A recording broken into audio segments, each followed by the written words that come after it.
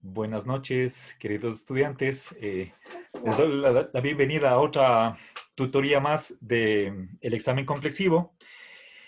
En esta primera hora vamos a exponer la filosofía de Nietzsche. ¿Sí?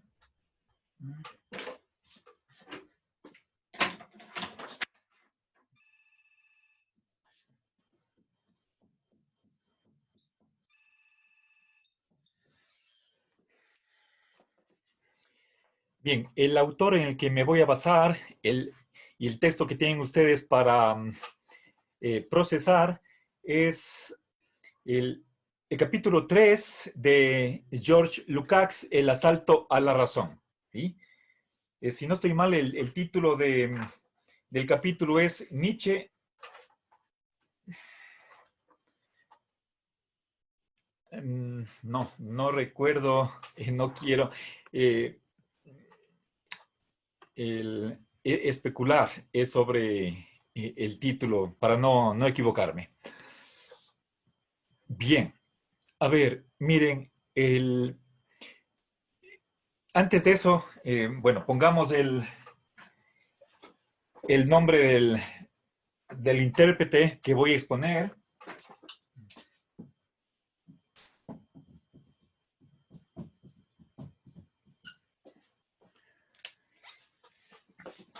George Lukács es un marxista. Una de sus obras es el de El joven Hegel, y también tiene otro sobre la conciencia. Discúlpeme, no tenía en mente decirles el nombre, Historia y conciencia de clase, si no estoy mal.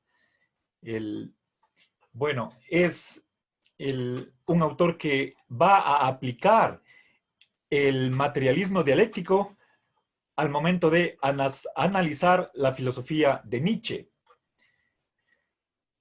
Lo cual quiere decir que interesa muchísimo en este autor, y bueno, en realidad para todo marxista, un análisis de clase. La sociedad capitalista, el sistema, está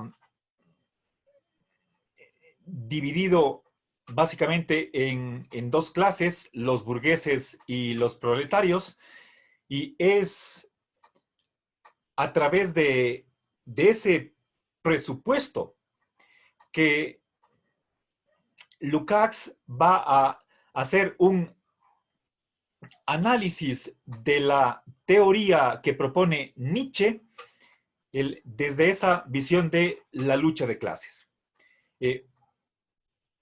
Bien, yo personalmente quiero minimizar los comentarios, las interpretaciones que hace George Lukács en ese capítulo, es el número 3, y lo que quiero presentarles en esta noche es una sistematización de las ideas de Nietzsche basadas únicamente en las citas textuales que aporta Lukács. En otra edición de esta temática sobre Nietzsche, precisamente para un examen comprensivo anterior, yo hice la presentación de las ideas principales según la visión de Lukács. Ahora quiero adoptar otro enfoque, quiero ser lo más próximo, lo más fiel al pensamiento nietzscheano, y para ello simplemente quisiera basarme en las citas que ha seleccionado George Lukács para justificar su visión. ¿Sí? Me parece una interpretación aceptable. A propósito, es posible que Nietzsche no sea sistemático. o incluso pueda ser el inconsistente entre una y otra obra que se contradiga, ¿sí? Por ejemplo, un ejemplo que ilustra bastante bien este punto concreto es el de que en una ocasión Nietzsche dice que él es un decadente, y también todo lo contrario de eso, ¿sí? Es decir, por una parte, reconoce que su filosofía es la de la decadencia, pero a la vez lucha contra esa decadencia, quiere superarla, ambas cosas a la vez. Bien, no quiero con esto dar una mala impresión de que Nietzsche es un autor que está en la tradición dialéctica, lejísimos de eso, pero más bien lo que quiero enfatizar es que Nietzsche es un autor que no se interesa por la lógica, por evitar contradicciones y por lo tanto por tener un pensamiento consistente. Eso quiere decir que podemos encontrar muchas afirmaciones suyas que o son ambiguas, son vagas, carecen de claridad y es lo que puede dar pie a varias interpretaciones. Pero según Lukács, lo único consistente que cohesiona toda la evolución de su pensamiento y que sirve como una especie de eje transversal o hilo conductor son dos cosas. Primero, el rechazo al socialismo y en segundo lugar, su elaboración intelectual que sirva para apoyar el imperialismo o el sistema capitalista en su fase imperialista. Bien. Entonces, se sobreentiende que la presentación que yo voy a hacer, por más que a mi modo de ver, como opinión personal, es bastante fiel al pensador, eso no excluye que haya otras interpretaciones diversas, incluso desde autores que se autodenominan de izquierda o de izquierdas o ex-marxistas.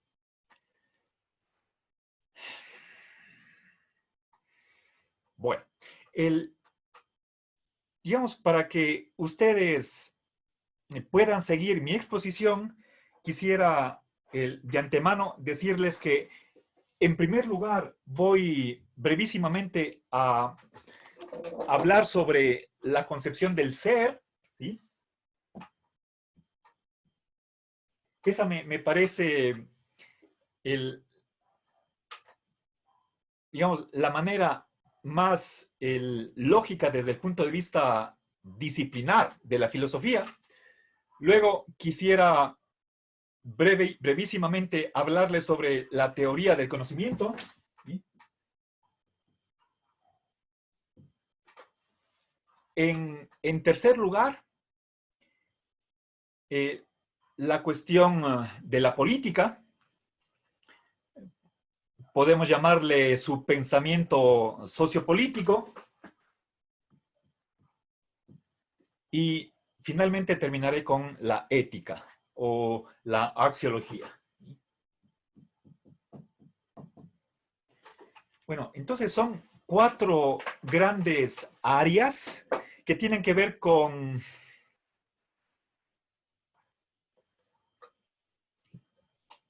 en primer lugar, con lo que podemos llamar la fundamentación teórica de su sistema y para luego ver la cuestión práctica. ¿Sí?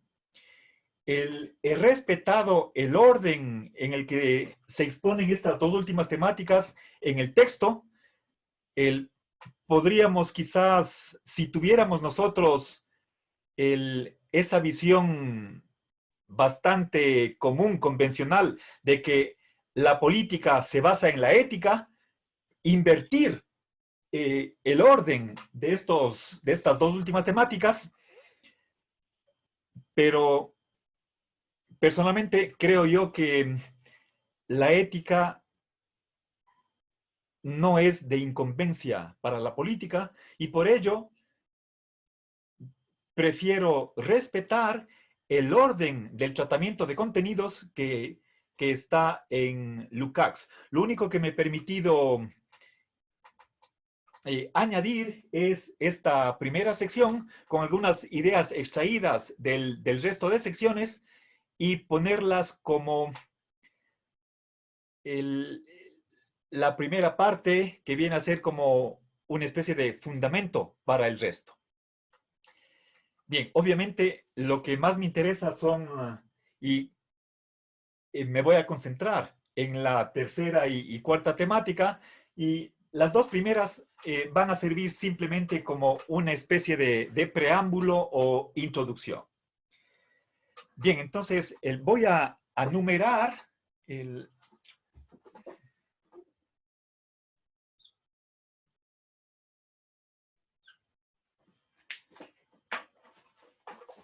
estas temáticas y para proceder de inmediato a su desarrollo.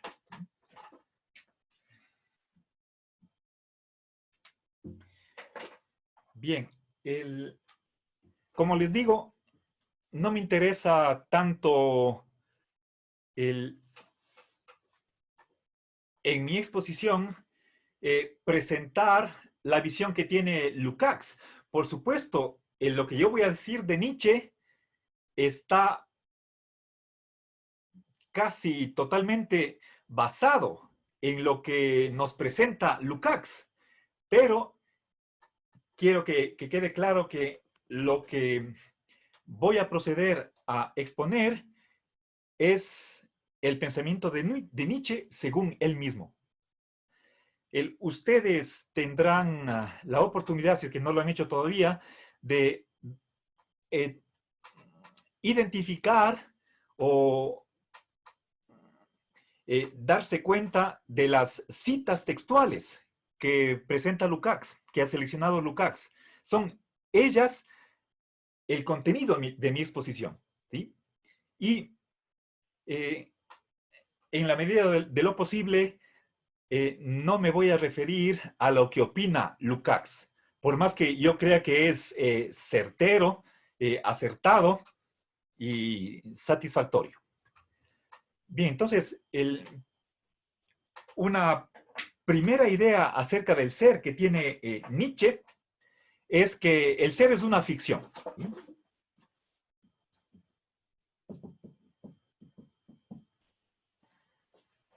Bien, por lo tanto, eso significa que el, propiamente un ser, una entidad objetiva, no existe en el sentido de objetividad como independiente del sujeto. ¿Sí? Y precisamente Nietzsche dice que lo que es simplemente nuestra óptica. ¿Sí? El ser está constituido por nuestra percepción. Eso es idealismo puro. ¿Sí?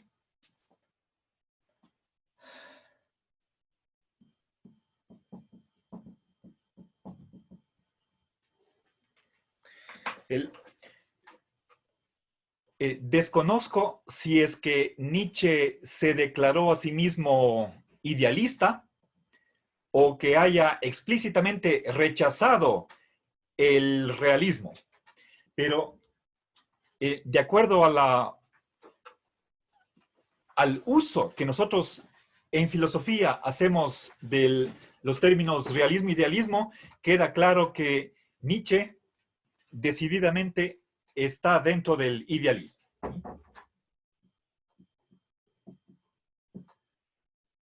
Bien. Y idealismo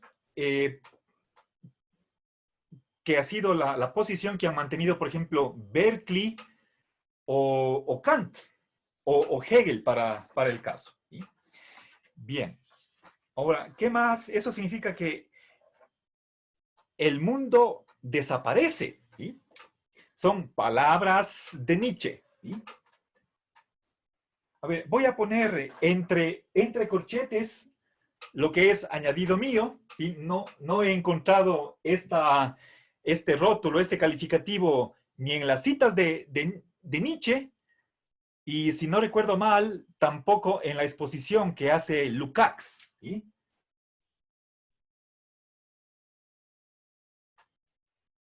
Bien, eh, pongo entre corchetes rojos para que la visión que ustedes están recibiendo sea lo más cercana al mismo Nietzsche. ¿Sí? Nietzsche es explicado por sí mismo. Bien, el mundo desaparece. ¿Sí?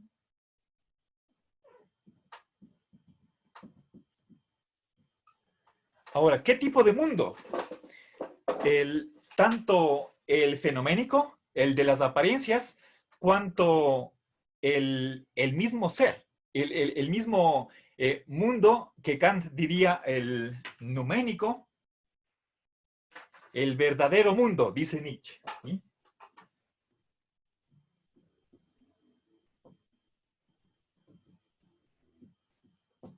¿Sí? No existe el mundo. ¿Sí? Bien, pero nosotros nos lo imaginamos. Bien, ahora pasemos a lo que es la filosofía de la naturaleza. Bueno, este es un nombre que lo da Lukács. El, eh, dudo de si esa expresión está en Nietzsche, posiblemente no. El otro aspecto que es uno de los aspectos que Nietzsche quiere encontrar o poner en la realidad es la cuestión de la voluntad de poder. ¿Sí? Nietzsche dice que todo cuerpo aspira a imponerse como señor, a expandir su fuerza. ¿Sí? Bien. La voluntad de poder sería una característica de todo cuerpo. ¿Sí?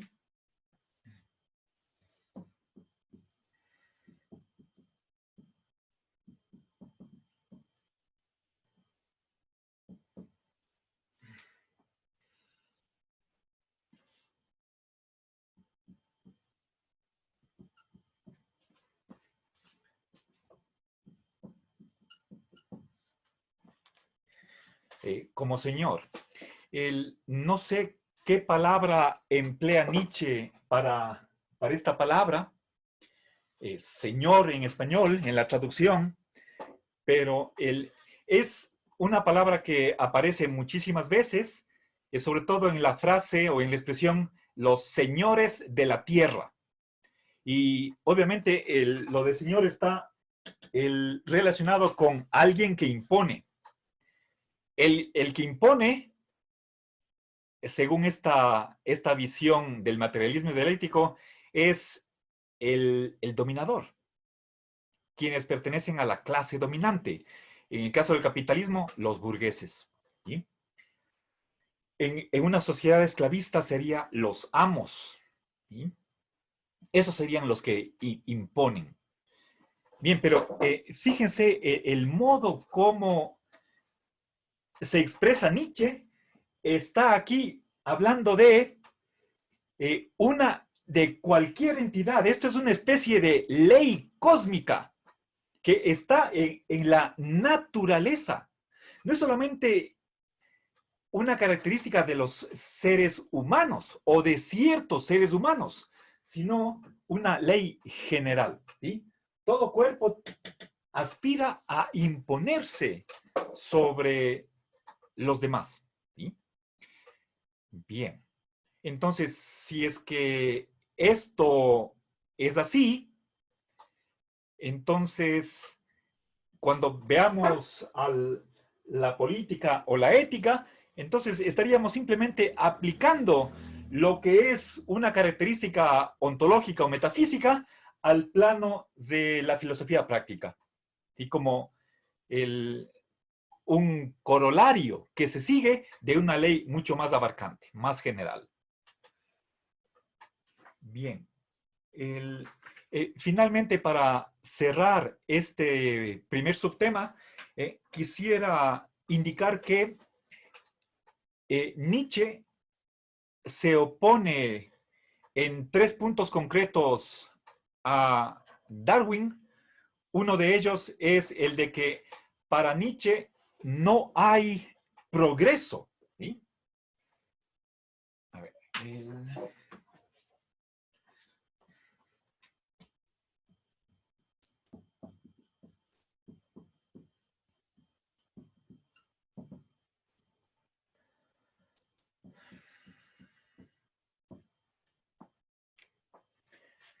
bueno, el progreso es la palabra que emplea Nietzsche. En cambio, Charles Darwin estaba hablando de la evolución. Una de las razones por las cuales Nietzsche no admite la evolución es que él, Nietzsche, no cree que en general, en el ámbito de la vida, en el reino vegetal, animal en general, haya un paso de una fase o de un organismo inferior a uno superior, como característica de la evolución. Eso no acepta Nietzsche. ¿Sí? Puede ser que como algo casual, contingente, algún tránsito de una especie inferior suceda a otra superior, pero eso no es lo general, no es norma, y además eso que momentáneamente o provisionalmente superaba a algo precedente puede volver a decaer y por lo tanto no hubo propiamente avance, no hay evolución. Bien, pasemos ahora a la teoría del conocimiento. ¿Sí? Entonces, bueno, resumiendo lo que hemos dicho hasta ahora, el concepción del ser en general, luego a algo natural, más específico, y finalmente hemos descendido a lo que era la cuestión de la biología. He mencionado una razón por la que Nietzsche se opone a Darwin, pero solamente indico que según Lukács, Nietzsche, aunque no estaba de acuerdo con que la evolución sea algo real del reino biológico, sin embargo, era un darwinista social.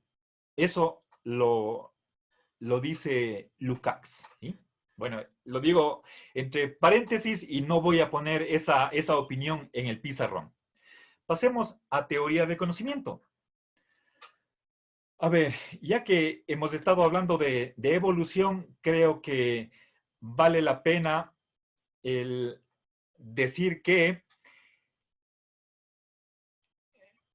recordando esa famosa polémica entre Parménides y Heráclito, Nietzsche decididamente está del lado heraclitio.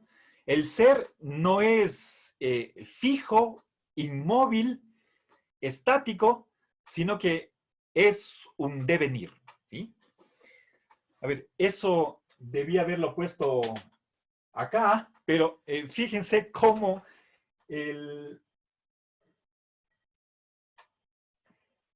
estas dos afirmaciones que expuse en el punto anterior se contradicen, ¿sí? Primero dije que el ser es una ficción, es simplemente nuestra percepción, y acá estoy diciendo una característica de todo cuerpo, ¿sí? Ya me anticipé desde mis palabras introductorias diciendo que Nietzsche, a Nietzsche no le interesa ser coherente, consistente, y de modo que estamos constatando que se dan opiniones contrapuestas, ¿sí? No nos preocupemos por ese lado lógico, no creo que a Nietzsche le interese ser lógico. Lanza es como una lluvia de ideas y nos interesa porque todas ellas formen un cuerpo coherente, ¿sí? Bueno, acá decía que si el ser es devenir, ¿sí?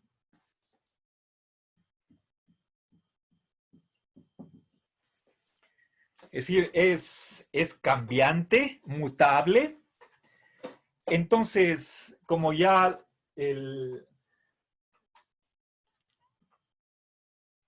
insistió Platón, de lo que cambia de un momento para el otro, no podemos tener conocimiento. Bien, entonces eso significa que si nosotros hacemos esa pregunta generalísima de si es posible conocer, y conocemos algo, que es una de las primeras preguntas que nos hacemos en teoría del conocimiento, bueno, luego de haber definido qué es conocimiento, entonces Nietzsche adopta una posición que es la del agnosticismo, ¿sí? Voy a poner esa palabra nuevamente con corchetes para indicar que es un añadido mío y que muy posiblemente Nietzsche jamás la utilizó para calificarse. ¿Sí?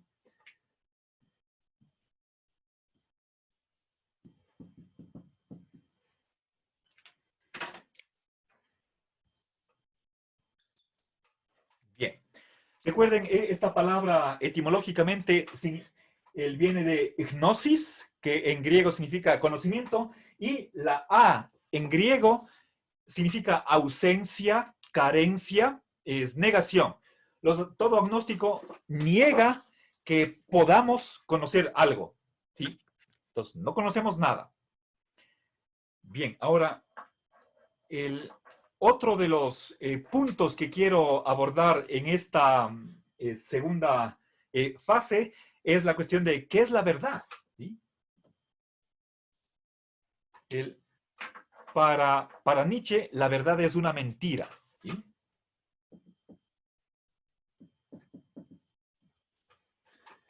Sí, para una posición realista, esto lo digo entre paréntesis para contextualizar o aclarar la posición nietzscheana, un realista con respecto a la verdad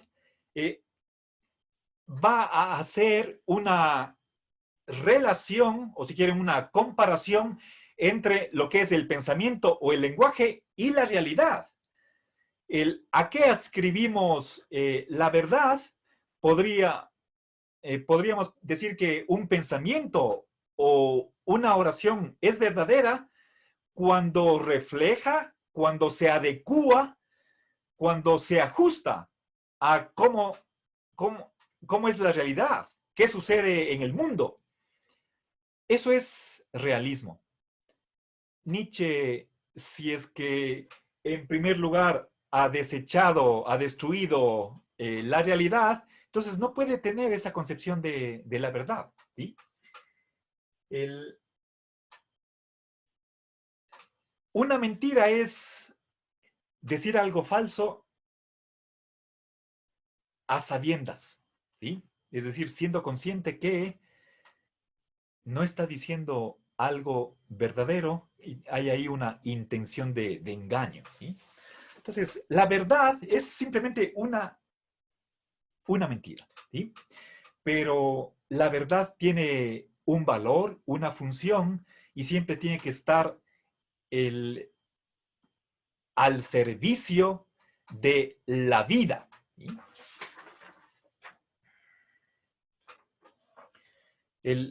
La verdad es, a ver, según si no estoy mal, esto me parece que era algo que decía Lukács.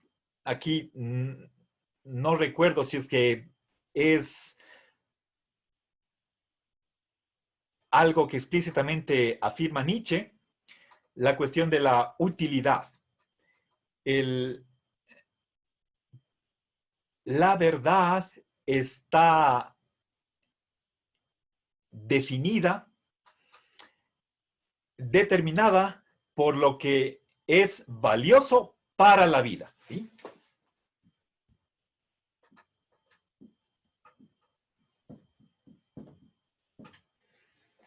Bien, esto es lo que se suele en filosofía llamar el criterio de la verdad. O sea, ¿en qué nos vamos a basar nosotros para saber, para estar seguros en la medida en que lo podamos, de que un juicio o una oración es verdadera? El criterio de la verdad es que sea valioso para la verdad, ¿sí? Si es que valioso se identifica o no con lo útil, eso les pido que ustedes al hacer la lectura o al hacer la revisión,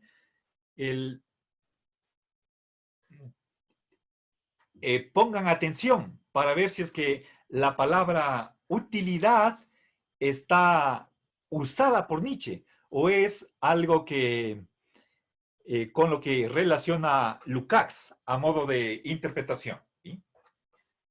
Bueno, voy a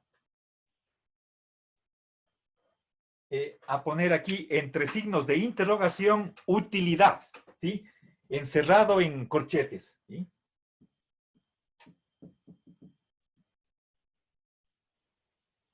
La utilidad, ¿sí?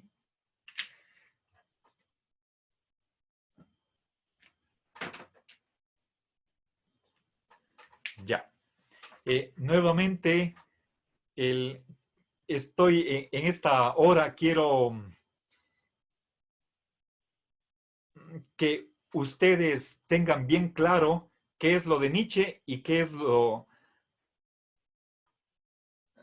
añadido por mi persona o la interpretación de Lukács, ¿sí? Hasta aquí van simplemente 3 comentarios que no son de Nietzsche, ¿sí?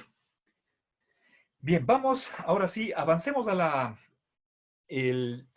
tercera temática, que es la cuestión de la política, que en el capítulo que ustedes tienen está como sección 2, ¿sí?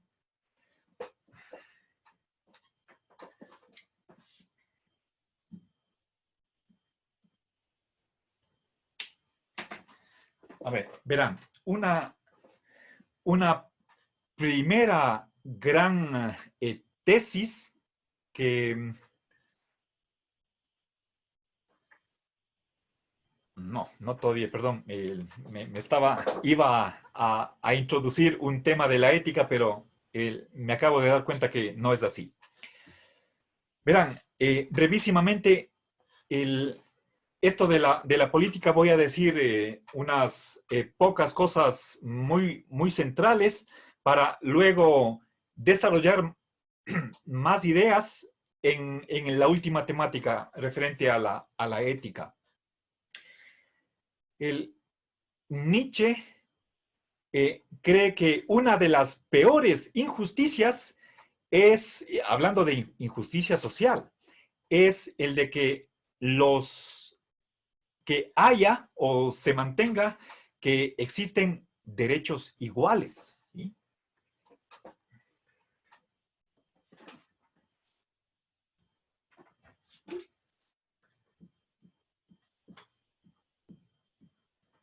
El, iguales derechos, eso para Nietzsche es una injusticia, ¿sí?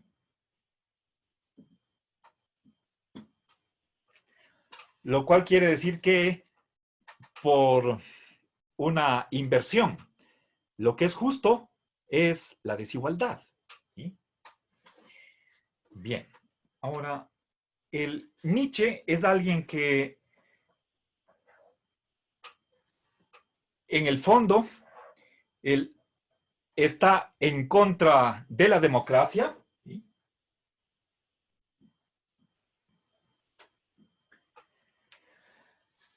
Bueno, en este punto hay un análisis sociológico que hace Lukács. El, por una parte, tenemos el gobierno de Bismarck, por otra parte, el emperador Guillermo, si no estoy mal, Guillermo I, y según las políticas, las leyes que introdujeron ambos gobernantes, el Nietzsche apoyó o no, o criticó tales políticas. Yo realmente no conozco absolutamente casi nada de cuál fue ese contexto sociopolítico que es el ambiente en el que vivió nuestro autor, excepto por algunas cosas marginales, pero en todo caso, cuando hablamos de democracia, podemos nosotros pensar en que es si recordamos la etimología de la palabra, es gobierno del pueblo, o podemos decir como Lincoln, para el pueblo y por el pueblo, una democracia popular. Pero en cambio, a ese tipo de democracia se opone Nietzsche y en lugar de eso quiere poner un poder de los grandes intereses. ¿Sí?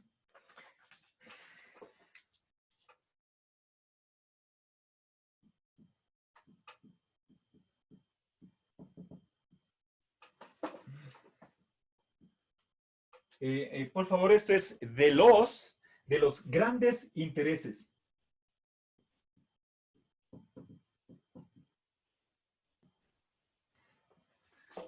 Bueno, y tal vez seguramente no está claro o explícito cuáles serían esos grandes intereses. El George Lukács, o sea, esta es la expresión que utiliza Nietzsche. George Lukács aclara que se está refiriendo al de los intereses de la clase dominante, las grandes corporaciones, ¿sí? Que por supuesto tendrían que desarrollarse más y más cada vez. ¿Sí? Y eso es precisamente lo que quería Nietzsche, que haya una burguesía pujante, ¿sí? Que cada vez se expanda más. Bien, eh, a ver, ¿qué más? Uno de los dos núcleos centrales de todo el pensamiento de Nietzsche, por debajo de los detalles, es su oposición al socialismo, ¿sí? En cualquiera de sus formas. ¿Sí?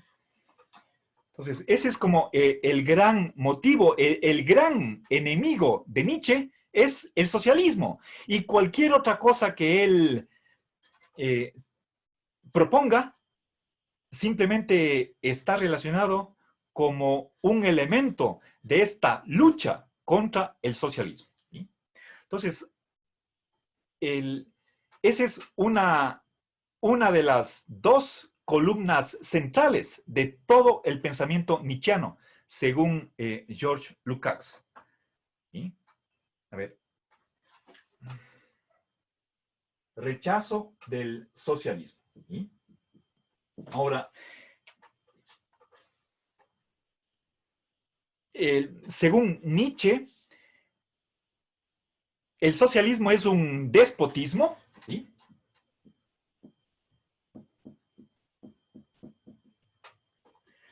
Lo cual tiene que ver con negación de la libertad, con una imposición, violación de derechos. Esta palabra es la que resumiría la propuesta socialista y está conectada con el peligro que representa el Estado. ¿Sí? De eso es consciente Nietzsche, es decir, la visión que él tiene del socialismo está relacionada con la intervención del Estado. ¿Sí? El peligro del Estado. ¿Sí?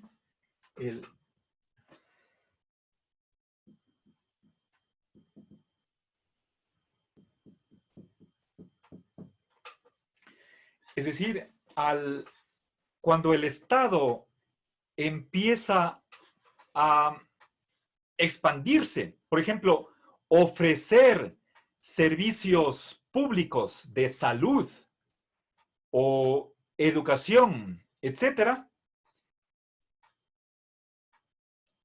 y eso para satisfacer necesidades de la población o para garantizar el goce efectivo de los derechos sociales.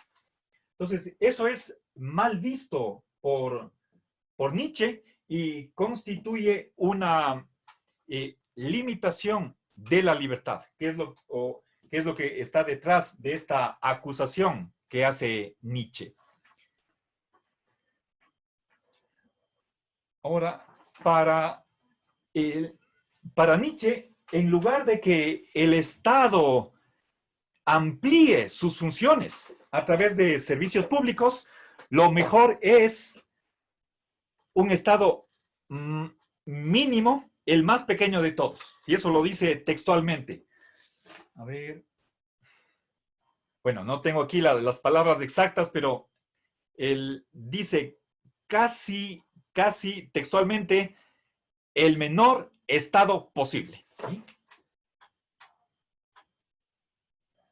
A ver, esa es la tendencia que él aprueba, ¿sí? Un Estado mínimo. ¿Sí?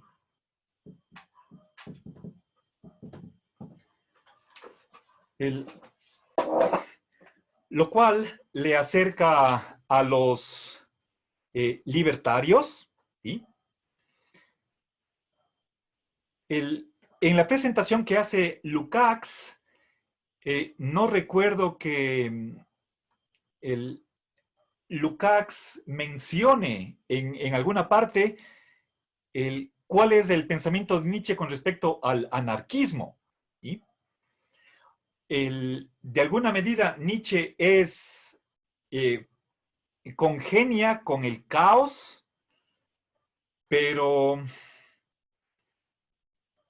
hablando del espectro político, me parece que no había ninguna alusión en todo este capítulo a la posición de Nietzsche frente al anarquismo como partido de actuación política.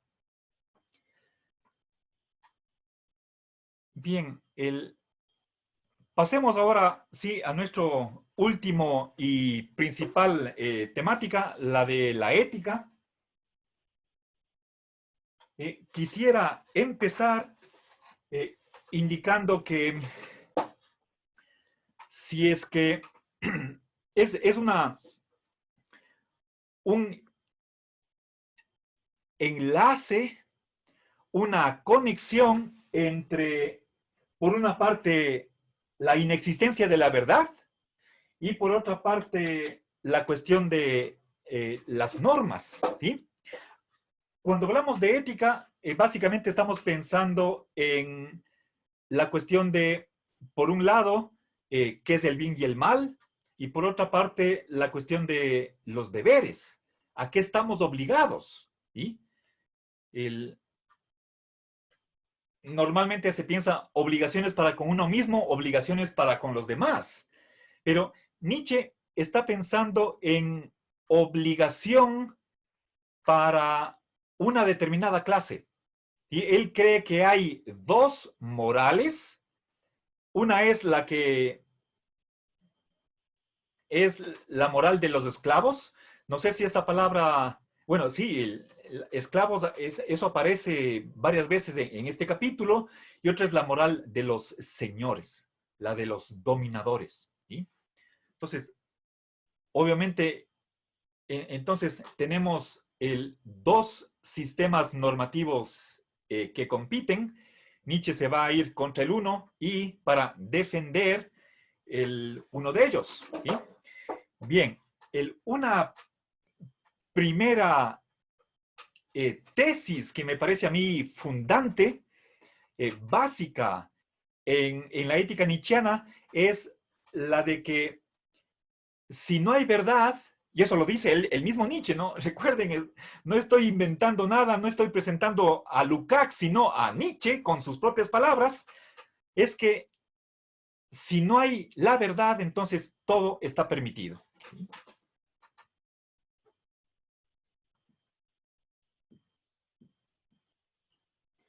Bueno, discúlpenme que utilice mi simbología. No hay verdad, ¿sí? La B mayúscula, ¿sí? La B minúscula es vida. ¿Sí? Creo que a ver, perdón, aquí es verán, esto voy a poner B mayúscula. O,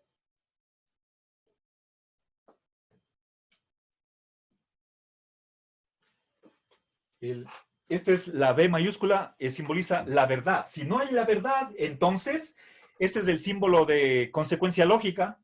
Aquí, dada esta premisa, sacamos esta conclusión. Y la A es el símbolo que se utiliza en la lógica deóntica para obligación, perdón, para licitud. La A viene de autorizado. Todo está autorizado, todo es lícito. Se puede hacer cualquier acción. ¿Sí? Toda acción es lícita. Si nada es verdad, entonces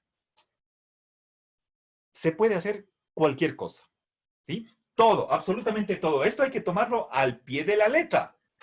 Pero esta liberación de prohibiciones, de deberes negativos, o sea, que alguien me diga, no puedes hacer tal cosa, que es la prohibición, eso no hay para Nietzsche. ¿Sí? Y tampoco hay deberes, ni deberes ni positivos ni negativos. Se puede hacer cualquier cosa, ¿sí? Cualquier cosa, desde el punto de vista moral o ético. No voy a diferenciar entre ambas palabras. No sé si lo hizo Nietzsche. Que yo recuerde de mi lectura de Lukács, no había la distinción entre estos dos vocablos de ética y moral. ¿Sí? Yo no voy a distinguirlos, y si es que, en caso de que ustedes al leer, si es que, o al revisar el material, si se encuentran con que hay una distinción entre moral y ética, por favor háganmelo saber. ¿Sí? Bien, esta liberación de las normas es solamente para los dominadores. Eso lo dice clarísimo Nietzsche, solo para los dominadores, no para la horda. ¿Sí?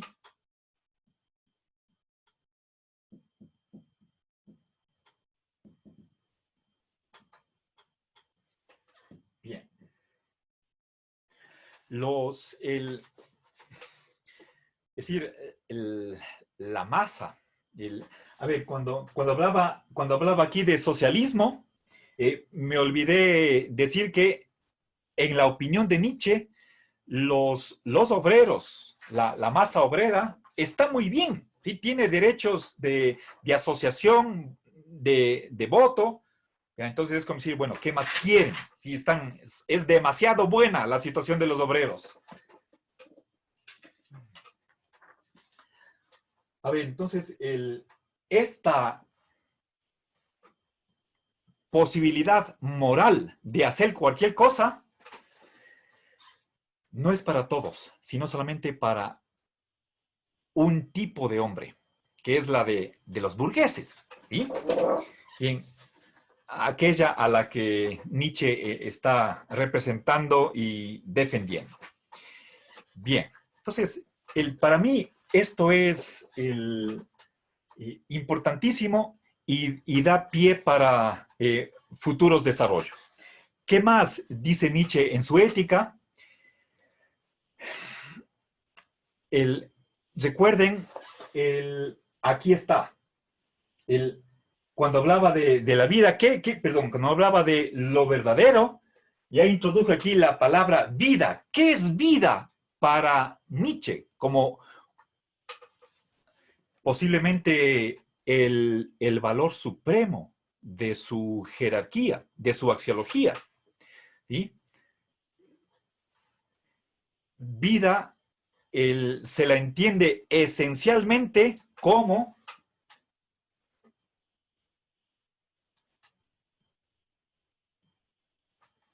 entre otras cosas, por ejemplo, la crueldad.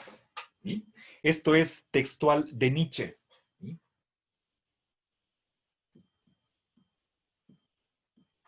Ustedes en el texto verán cuál es la referencia. Yo no voy a decir, está en tal libro, tal página. Eso lo hace Lukács, yo no. En esta brevísima síntesis, crueldad, explotación. Creo que son los dos rasgos principales, pero les leo todos. Apropiación, transgresión, avasallamiento al débil.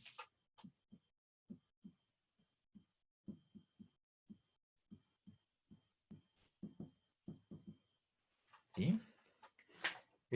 ¿Qué más? Opresión, imposición de las propias formas, incorporación. ¿Sí? Y explotación, por supuesto, este es una de los conceptos usados por el marxismo, al que se opone visceralmente Nietzsche. Bien, entonces, eso es la vida como valor. ¿Sí?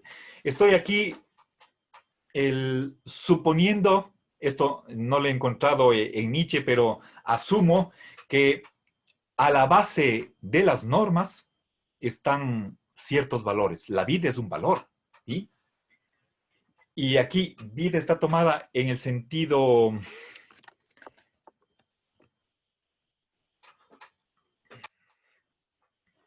iba a decir biológico, eso parece una tautología, y aquí está lo que entiende Nietzsche por vida, ¿sí?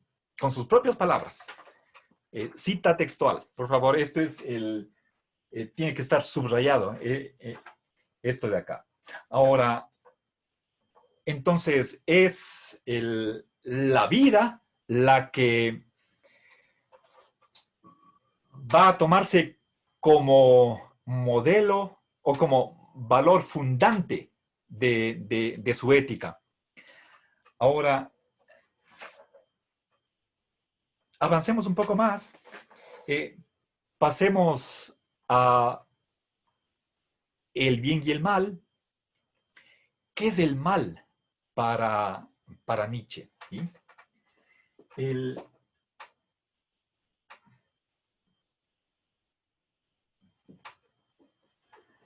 a ver, el mal a veces puede ser muy sano. ¿Sí?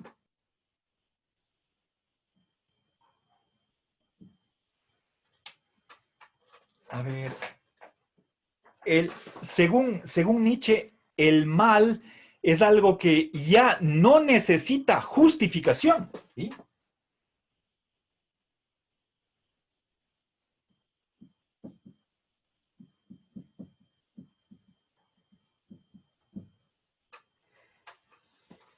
¿Ya?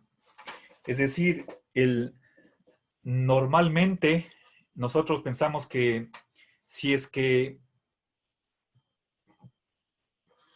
por algún motivo cometemos un error de tipo moral, entonces tenemos que excusarnos, tenemos que presentar algún justificativo, una motivación para decir fue un error, no pude cumplir, etcétera, etcétera. Nietzsche dice que esa actitud está fuera de lugar. No hace falta que estemos queriendo quitarnos la responsabilidad por el mal. ¿Sí? Bien, ahora veamos cuál es la moral. A ver, Nietzsche se va al lado opuesto. Lo que habría que justificar es el bien, no el mal, sino el bien. ¿Sí? Bueno, esa es parte de su famosa inversión de los valores. ¿Sí? ¿Cuál es la moral de la moral del hombre distinguido, del poderoso? ¿Sí?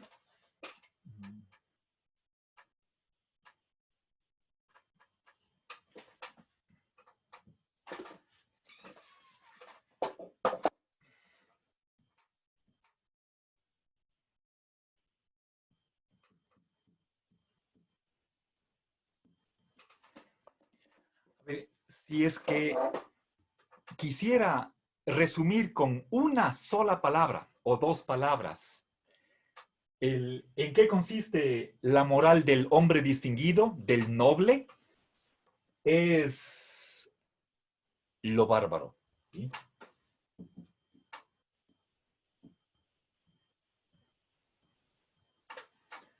Sí, muchísimas veces Nietzsche se refiere a la bestia de presa, es decir, la animalidad. ¿Sí?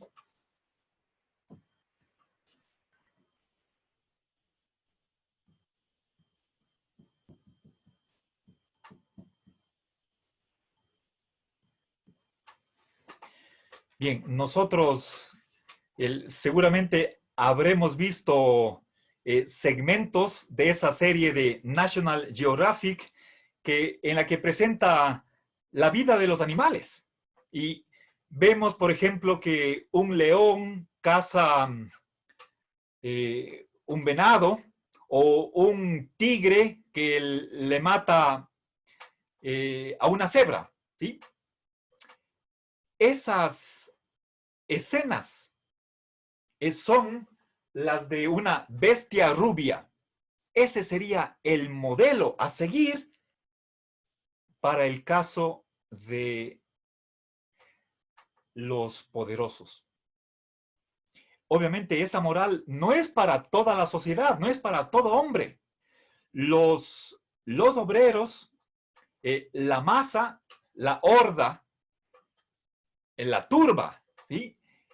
Tiene una moral de esclavos, ¿sí? Que puede ser la moral de los cristianos, la de la humildad, la de la obediencia, de la piedad, de la compasión, del amor, la ternura, etcétera. Esa no es una moral para los señores. ¿Sí? Los señores tienen que seguir el ejemplo de la vida animal, los instintos. Ya dije acá que vida es crueldad.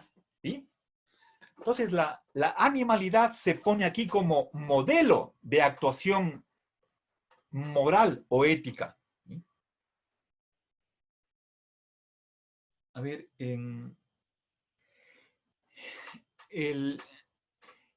Nietzsche tiene unos apuntes, unos de ellos estaban relacionados con la obra Así habló Zaratustra. Si no estoy mal, quería ampliar ese libro, no conozco muy bien los detalles, pero en esas notas está la siguiente. A ver, no, quería leerles una cita, pero no tengo aquí mi texto, dejé arriba, en la que está hablando, Zaratustra dice, os eximo de todo deber. ¿Sí? Eso de acá, ¿sí? No hay ni obligaciones ni prohibiciones, todo es lícito. Y como una consecuencia de eso, entonces puede perecer toda la humanidad. y Nietzsche comenta y dice, bueno, ¿qué se le va a hacer? Entonces, está hablando de que para que surja una ultrahumanidad o el superhombre, debería ser necesario un nuevo terrorismo. Eso debía haberlo hecho, explicado acá, ¿sí? Un Estado militarista, ¿sí?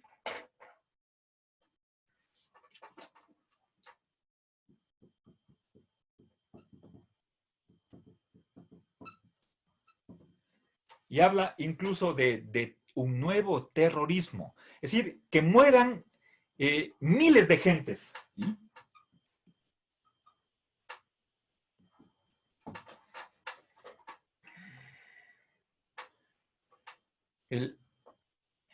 El Nietzsche relaciona la grandeza, y está hablando de la moral de un hombre superior, está relacionada con el delito. ¿Sí?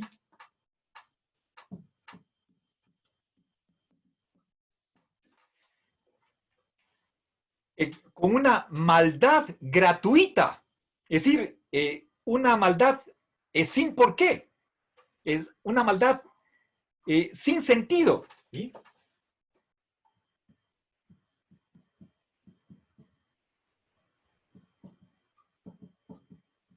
Podríamos decir el mal por el mal.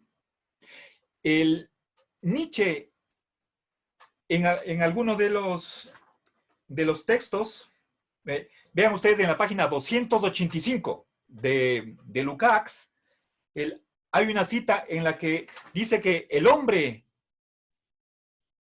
está hablando del hombre superior, puede salir de incendios, asesinatos en masa, violaciones, con una alegría, con una paz mental, como si hubiera sido una travesura de estudiante. ¿Sí? Entonces, el asesinato inocente. ¿Sí?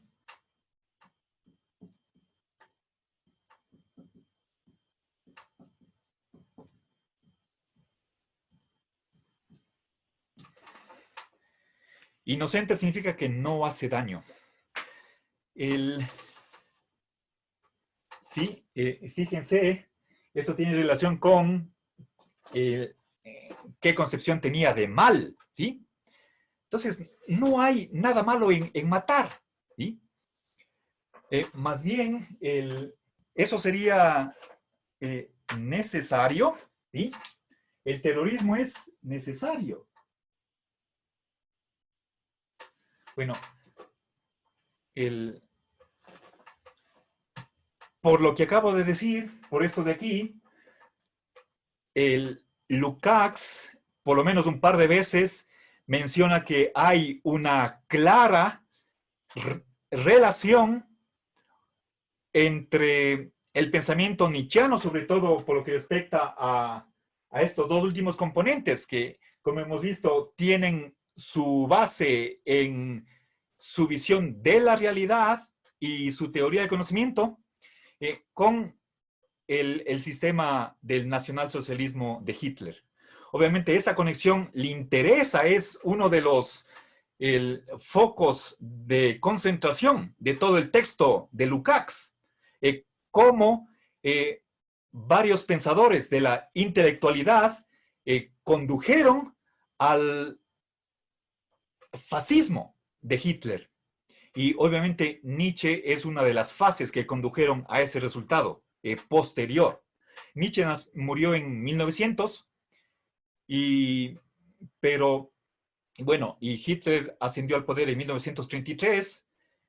Tenemos, según Lukács, aquí un antecedente, un predecesor de la ideología que a la final estuvo en varios de los miembros de la alta jerarquía del gobierno de Hitler. A ver, otra de las tesis que afirma Nietzsche es la de que quiere el liberar al egoísta de culpabilidad. Quiere que no tengan cargo de conciencia los egoístas. ¿Sí?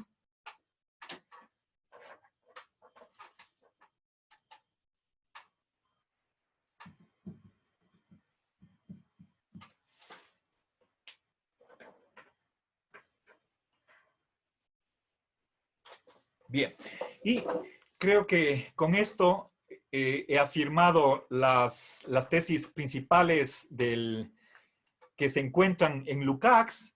Podría añadir algo más, pero a ver, bueno, sí, la cuestión del nihilismo, no puedo dejarlo pasar. La vida como un sinsentido. ¿Sí? Tal como el propio Nietzsche, con sus propias palabras, lo afirma. ¿Sí?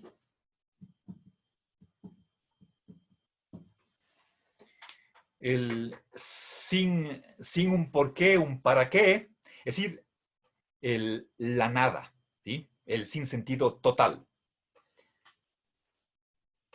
Obviamente, me parece nuevamente aquí, este es un elemento contradictorio con lo anterior, pero ya me anticipé desde el comienzo que iba a decirles que Nietzsche se contradice y bueno, ahí tenemos simplemente un caso más. Bueno, creo que, bueno, esto es lo básico de Nietzsche y aquí voy a acabar mi presentación. Muchas gracias.